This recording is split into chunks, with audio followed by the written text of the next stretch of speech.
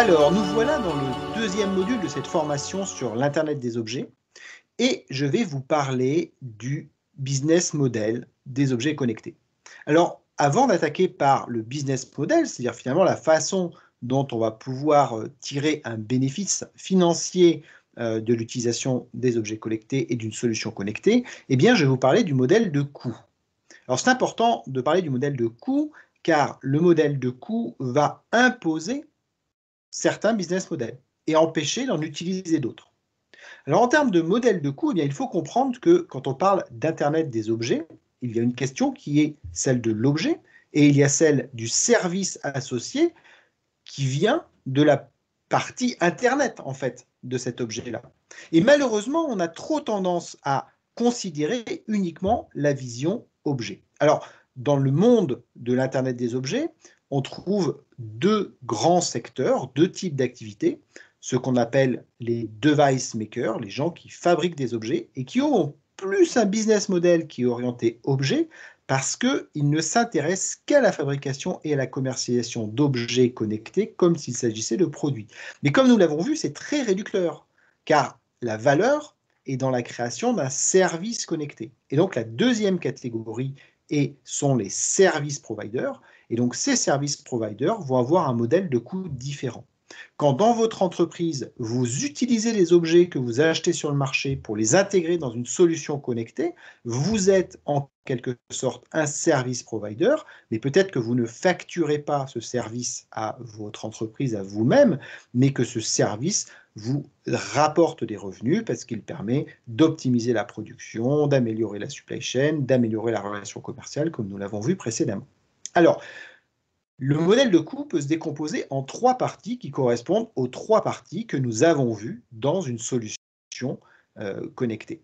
Il y a la partie qui concerne l'objet, la partie qui concerne le réseau, la communication, et la partie qui concerne le service, la plateforme à valeur ajoutée. Nous allons regarder de façon individuelle chacun de ces étages. Donc si l'on commence par l'étage qui est le plus à gauche ici et qui correspond à l'objet, eh bien en termes de coûts, on voit qu'il y a une partie des coûts qui sont plutôt financés par de l'investissement. Ce sont les coûts de conception de l'objet, dans lesquels on va aussi trouver des coûts de certification, c'est-à-dire de vérification de la mise à la norme de l'objet, et qui peuvent être très significatifs sur des objets qui sont produits à l'international. Et puis, il y a des coûts de fabrication qui permettent l'industrialisation de l'objet. On reparlera de ça un petit peu plus tard, mais qui sont des coûts importants aussi, qui sont liés aux coûts d'industrialisation, de process, de création de cet objet-là. Ces coûts-là sont, que ce soit le design, la certification ou les coûts de production, sont globalement liés au volume d'objets que l'on va produire et à la surface, l'ensemble des pays où on va diffuser, utiliser ces objets-là. Alors, au-delà de ces coûts qui sont associés à de l'investissement, il y a des coûts qui sont liés à la production de l'objet et qui sont des coûts qui viennent s'ajouter pour chacun des objets que l'on va créer. Alors, ces coûts-là, eh bien, ce sont le coût des composants électroniques, ce sont le coût de l'assemblage et potentiellement le coût du packaging de l'objet, de son transport et de son déploiement. Pour chaque objet produit, il y aura donc un coût supplémentaire qui est ce coût de fabrication. Enfin, il y a un coût qui n'est pas à négliger et qui est un coût récurrent, qui est le coût de la maintenance sur l'espace où il va être utilisé. Je vous donne un exemple tout simple. S'il est nécessaire de changer les piles de l'objet tous les 6 mois, tous les ans ou tous les 5 ans, eh bien, il y aura un coût d'intervention humaine pour faire cette opération. Et ce coût-là peut représenter une somme importante, surtout si vous avez des objets qui sont peu chers à la base. Donc il faut bien intégrer ceci dans le modèle de coût, car réduire absolument le coût de fabrication d'un objet, mais créer une maintenance associée à cet objet qui va être récurrente et peut-être 2 fois par an ou 3 fois par an, eh bien ce sera finalement avoir un objet qui peut coûter très cher sur le terrain, alors que peut-être qu'un coût de production plus important aurait permis de diviser par 2 ou par 4 ces coûts de maintenance et donc de rendre la solution beaucoup plus intéressante d'un point de vue économique. Alors, je vous ai parlé device makers, les gens qui fabriquent des objets, qui les commercialisent et qui commercialisent des objets connectés comme s'il s'agissait de tables ou de chaises, hein, finalement, vendent de l'électronique comme un aspirateur par exemple, d'accord. Eux ne supportent pas non plus de coûts de maintenance sur le terrain, et encore, voilà, on va dire en apparence, ils n'en supportent pas. Malgré tout, en fait, ils devraient d'une certaine façon en supporter, mais on en parlera un petit peu plus tard. Et par conséquent, éliminent cette partie-là et sont uniquement finalement sur une approche où ils ont un investissement initial de design plus un coût de fabrication. Et donc, à partir de ça, ils ont un coût de production global de l'objet en fonction du volume qu'ils ont prévu de commercialiser, et donc une marge appliquée dessus. Donc, ils ont des business models qui sont relativement simples, mais on en parlera tout à l'heure, qui ont des limites importantes en termes de maintenance. Alors, dans le cas d'un solution provider, lui va intégrer bien entendu les coûts de maintenance et d'autres coûts dont on parlera encore une fois tout à l'heure. Regardons le deuxième niveau. Le deuxième niveau, c'est celui du réseau. Alors, ce réseau-là, en fait, son coût va dépendre en fait de la solution qui est utilisée pour communiquer.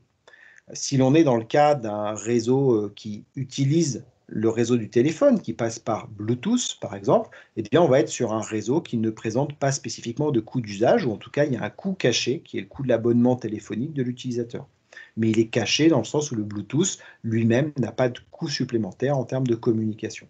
Maintenant, quand on est dans des solutions IoT qui sont plutôt à l'échelle de la ville, à l'échelle du pays, sur la logistique ou autre, donc qui utilisent des réseaux publics, eh bien, en général, on a une souscription sur ces réseaux-là. Et donc, on a un coût récurrent par objet, par mois ou par an qui correspond à une communication de données entre l'objet et la plateforme qui vient derrière.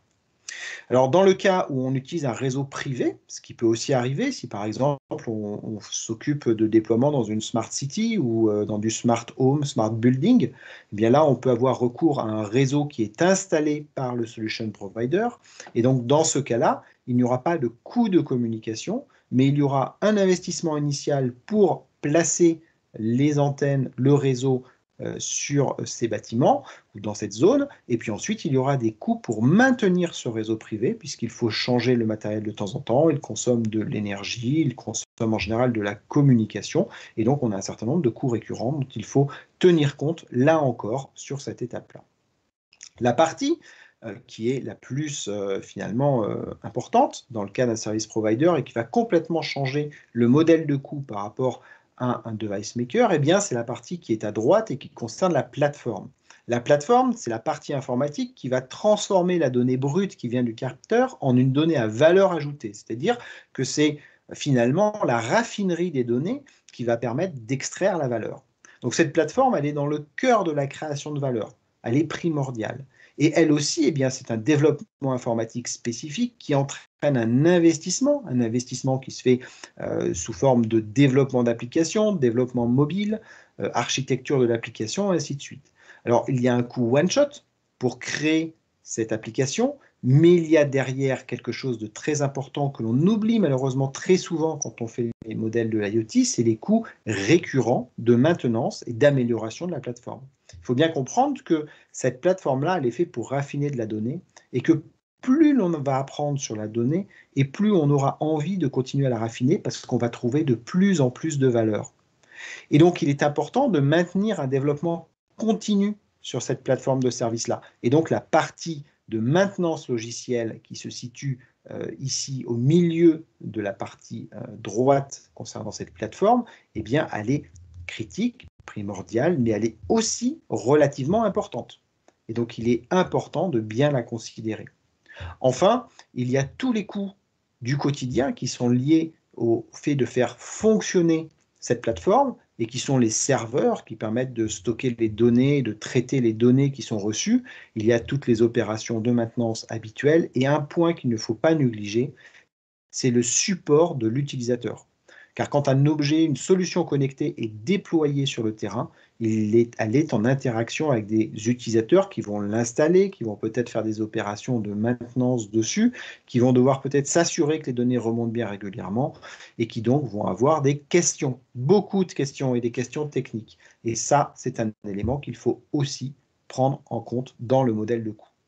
Alors, le point que j'ai plus ou moins abordé quand j'ai parlé de l'objet connecté en vous disant que dans le modèle du device maker, il y avait un petit trou dans la raquette, ou au moins en le sous-entendant, c'est que cette maintenance logicielle dont je vous ai parlé, qui concerne la plateforme, eh bien, elle concerne aussi l'objet. L'objet est une solution qui fait tourner un logiciel, ce qu'on appelle un firmware.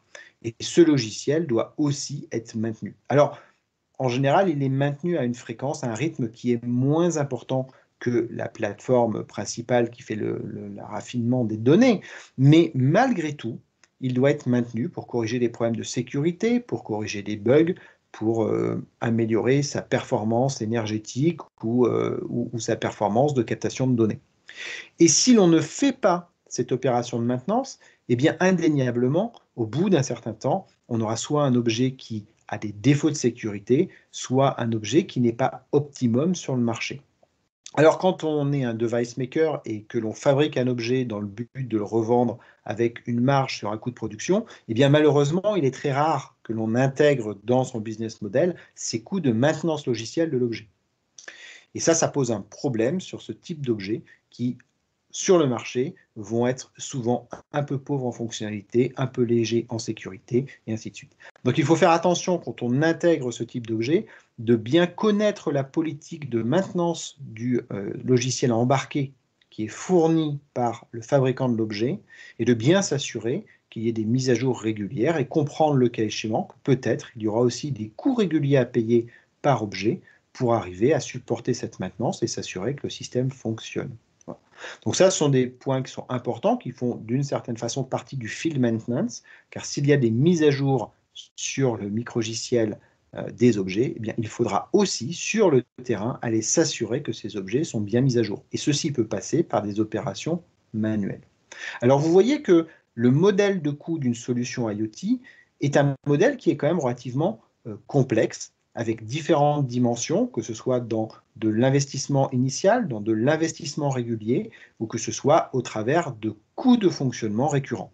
Et en fonction des technologies retenues, en fonction des solutions déployées, eh bien, l'importance des uns par rapport aux autres peut varier de façon importante et donc impacter très fortement le business model que vous allez retenir. Il faut donc que votre business model soit en adéquation avec ce business de coût.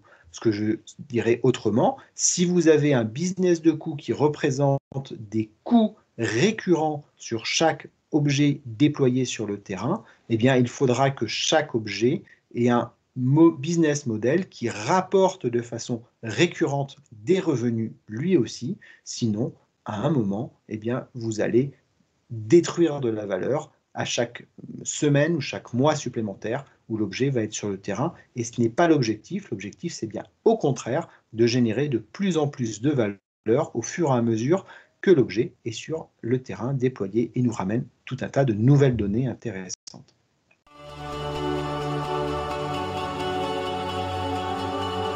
Petit exercice maintenant, et je vais vous laisser 5 minutes pour aller sur...